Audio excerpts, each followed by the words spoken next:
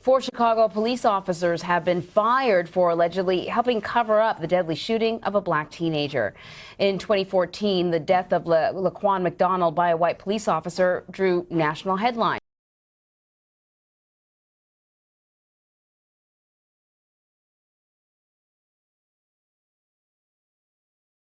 The Chicago Police Board dismissed the four officers yesterday. None of them were criminally charged. The board found the officers exaggerated the threat posed by the 17-year-old to justify Officer Jason Van Dyke shooting him 16 times.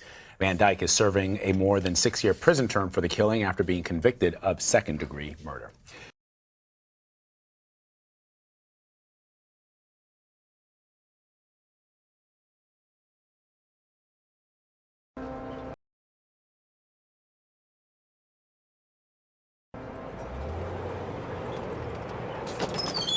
Hey.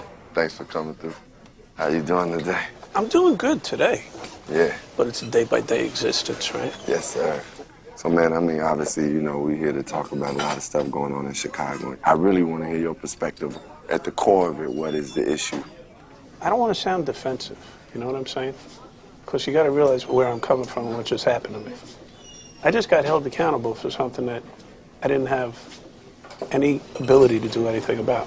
You know, the Laquan McDonald video is a terrible video. Police can do better, that's obvious, right? We know that. But I think that we have to do a better job of diagnosing what's going on. You know, last year in Chicago, there were 3,000 people shot.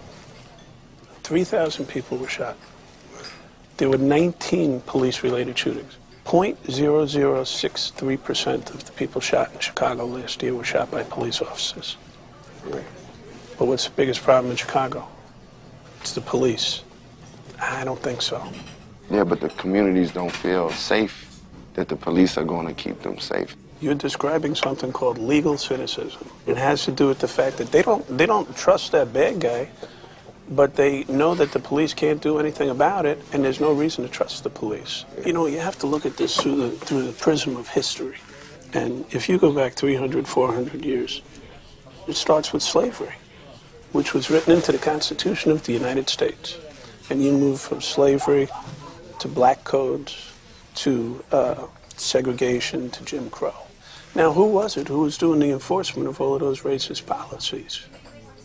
It was the white policeman. Right. So there's a narrative that's well-deserved. The anger that exists in some of the disenfranchised communities comes from a number of places. And the police are definitely part of that component, don't get me wrong. Yeah. But poverty, lack of opportunity, right? Lack of education, rampant narcotics, families getting broken up, all contribute to a community that doesn't trust the system, right? And the most visible component of that system is the police, right? You don't see a prosecutor every day. You don't see a judge. You don't see a sheriff. You see a police officer on the street. But we're missing the iceberg, right? Because only the tip of the iceberg is showing. It's hard to believe. Chicago's former police superintendent just told me that the police don't have a race problem. America has a race problem. The police are only the face of it. I was looking for answers about Laquan McDonald's killing, but McCarthy is right. It's the tip of the iceberg. Police violence and street violence, they're often posed as separate problems, but McCarthy tells me they're both symptoms of a broken criminal justice system.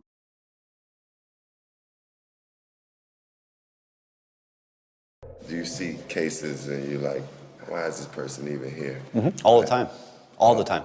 On any given day, we'll have 150 or so people being held here with their most serious charge. Most serious charge is retail theft. They stole some food. Right.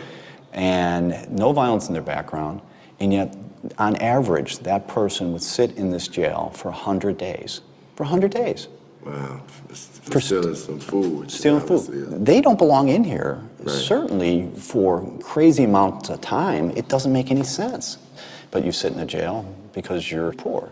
And then when you look at just the hard numbers, the disproportionate impact of people of color, it's off the charts.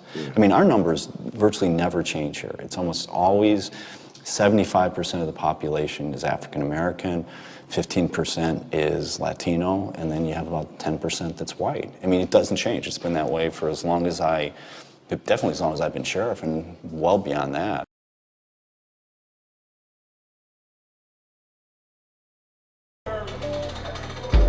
So what we're walking into now is morning intake.